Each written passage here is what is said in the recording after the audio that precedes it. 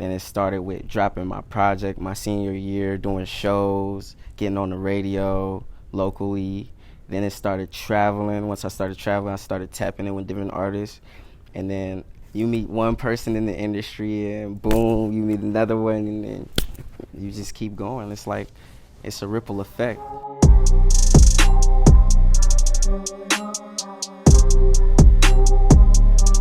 How y'all doing today? It's Aux Dior, TeamSport.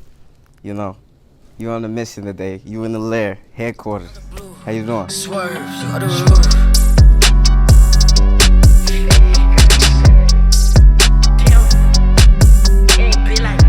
Yeah, hey. Came out the blue, swerve, took off the.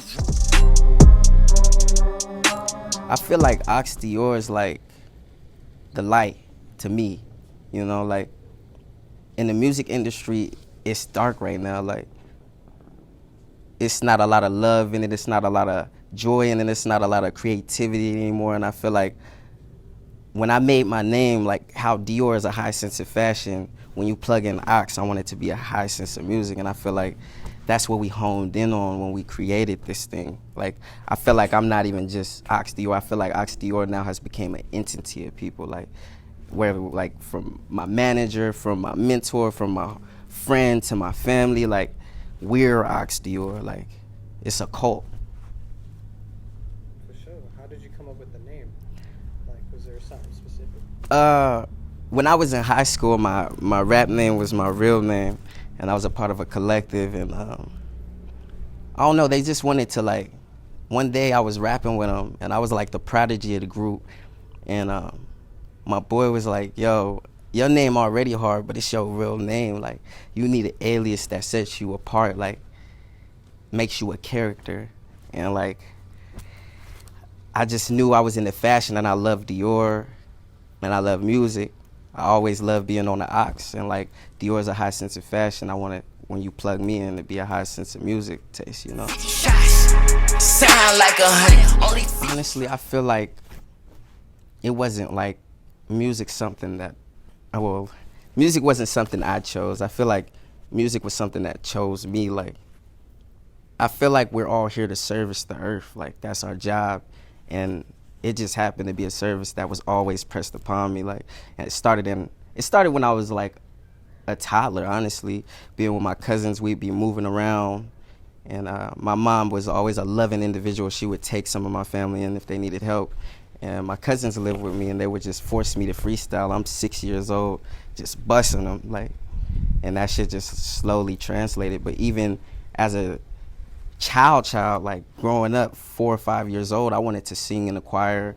I always wanted to grab the mic at the end of church. Like, it had always been in me to release something and to have a message, you know? When I go into creating, I be excited, just like, about the fact there's an infinite amount of possibilities. Like, there's not many things on earth that are infinite, but the possibilities of the things you create when you step in the studio, the ideas, it could go anywhere, you know? It's like stepping in a room where you could, like, time travel or power up and, like, fly and shit like that. I feel unlimited. I guess the timeline was like 4 or 5, I'm in church on Sundays, and every time we would have this ending time in church where we would all just vibe out, and like anybody could hop on the piano or grab the mic, and everybody would stay, and I would just, my mom or the pastor would come talk to me. I'd say a couple words and shit, like on some crazy shit. As a young nigga, I'd just start singing. Like, I would always sing like This Little Light of Mine, or just like songs like that, vibes like that. And then I got 6, 7. We was having it rough, you know, finding a place as a family. And once we finally did, we had to take some family in. And then boom, my cousins, I'm 7, 6, 7, 8. My cousins got me freestyling. And then boom, I had all sisters. So I had an older sister. I got even older, and one of my sisters had a boyfriend. And I would be freestyling with him, but he was actually in music. So he would set up a studio at the crib. I'm 10, 11, and making these little crazy songs, like, as a youth. And it just kept translating from there. But even while doing this, I love to do it, but I never seen it as like something I could pursue or like something that was my purpose. It was just something I love to do or something others seen me doing, you know.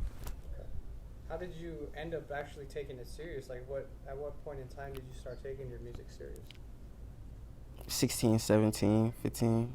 High school, really.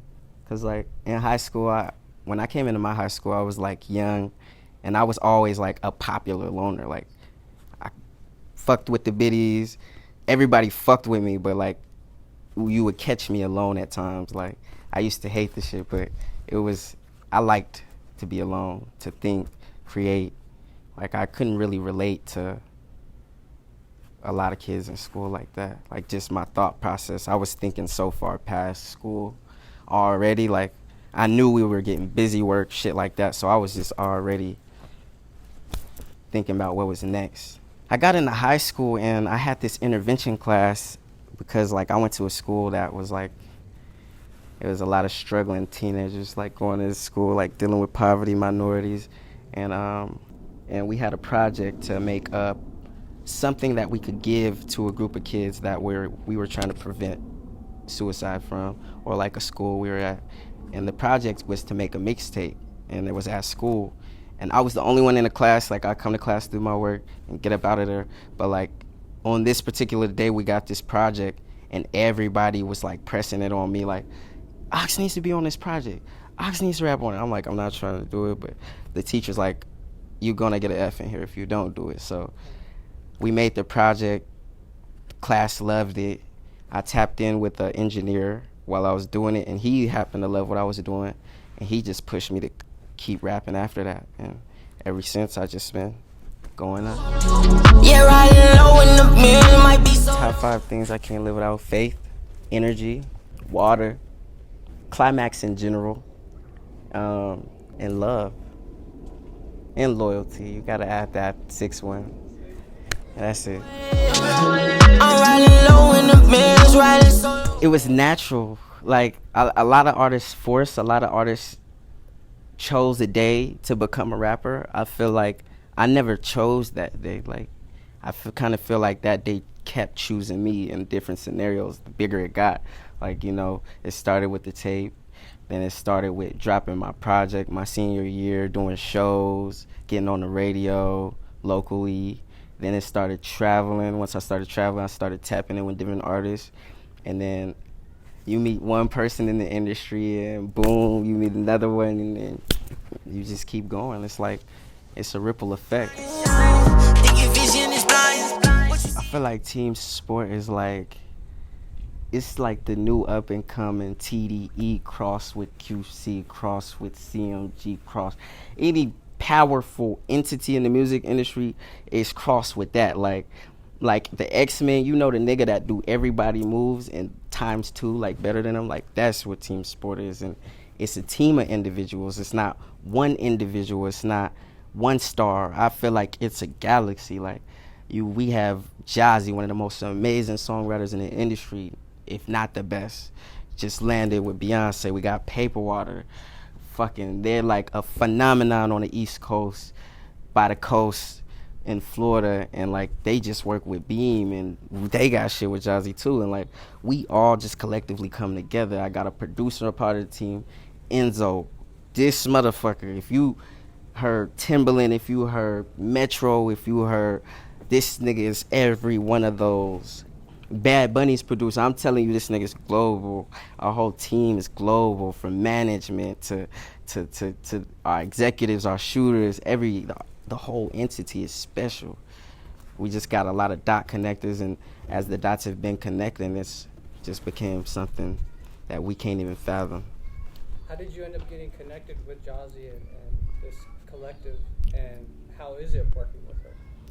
So TeamSport, when I first came to TeamSport, I had originally been just working locally in Denver, and I ran into a good friend by the name of Lauren Moore, and he showed me he could really be an asset to what I was doing, and we just clicked.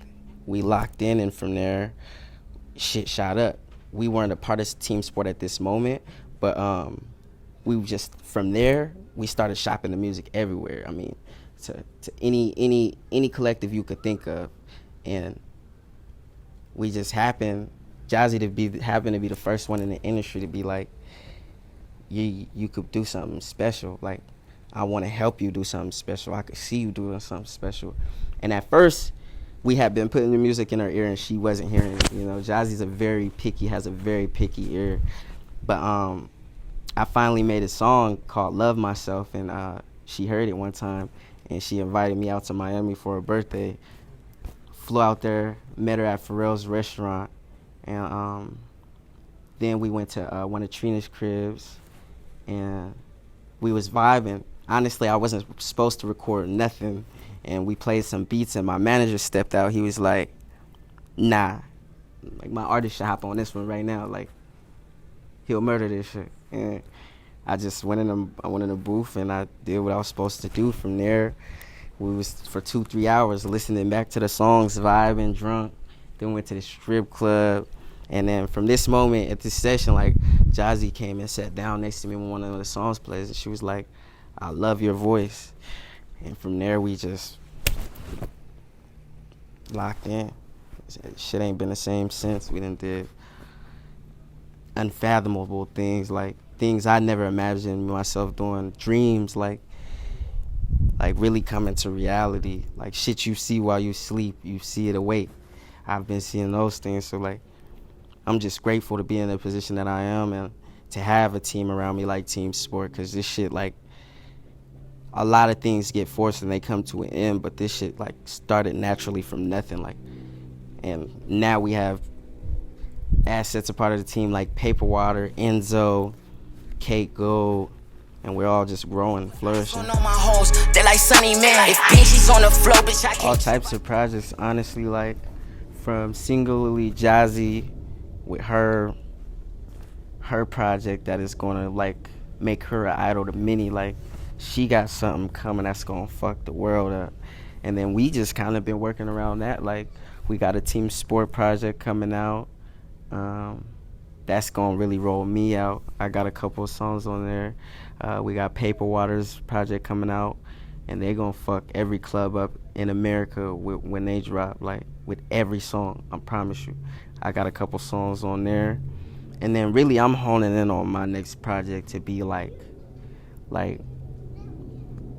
you know how Roddy first project, Lauryn Hill's project, like, this next project I make is like it's gonna shake the industry up. I feel like, honestly, like, not just where I'm from, not where I'm going, like, the world. I honestly feel like, and that's the energy we're honing in, like, melodically, for everything from the 808s to the snare. It's gonna be like some once in a lifetime shit for you to hear. Now to be one for the crew. Pressure. The pressure itself? In general, honestly, I feel like my whole life I've felt pressure, from when people count you out, to when people leave you out, forget about you. Like, I've always thrived off pressure. Like, those moments where you have to be this, where you have to grow into this monster or catch this vibe that will set you apart from who they thought you were or who they thought you could be, honestly. Like, I'm big on potential, and I'm big on moving forward, and I'm big on being the best version of myself, the most knowledgeable version of myself, the strongest version of myself, the best listener, like, in every aspect. And I want to grow, and I feel like that's what I hone on in life. So when you pressure me to be greater, I honestly feel like that's what makes me greater. I would say expect the unexpected. Like, just expect the unexpected. Don't expect anything to hear anything like you've heard before. Don't expect it to happen in any time. I feel like just expect the unexpected and know it's coming. Be prepared. That's it. Right on, man. Thank you for your time. That's a wrap. TeamSport, be blessed. Oh, yeah, go ahead. If you want to do an outro, go ahead. Ain't no outro, just be ready for that sport, be ready for that mode, be ready for the car with no keys, because this shit's gonna go.